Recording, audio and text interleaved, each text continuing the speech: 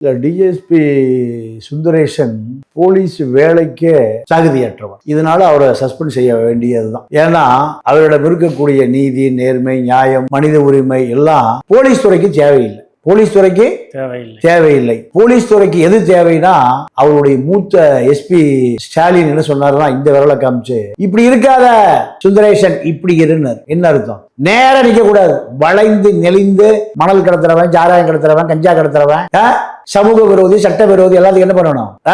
வளைஞ்சு நிக்கணும். இதுதான் எஸ்பி சொன்னது. இவர் அப்படி நிக்க மாட்டேங்கிறார். பொன்மாணிக்கவேல் நிக்க மாட்டேங்கிறார். ஈஸ்வரமூர்த்தி நிக்க மாட்டேங்கிறார். ரவி ராகவேந்திரா போன மாசம் காக்கி துணியை கழட்டி விசிட்டு போயிட்டார். யார் அந்த சார்? விசாரிக்கணும் விட மாட்டேங்கிறாங்க.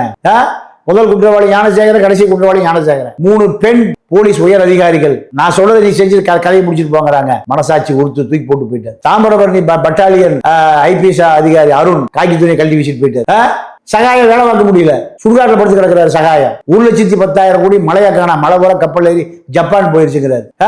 1,10,000 கோடியை திருடுகிற அளவுக்கு முதலமைச்சர் அலுவலகமே அது குழந்தையா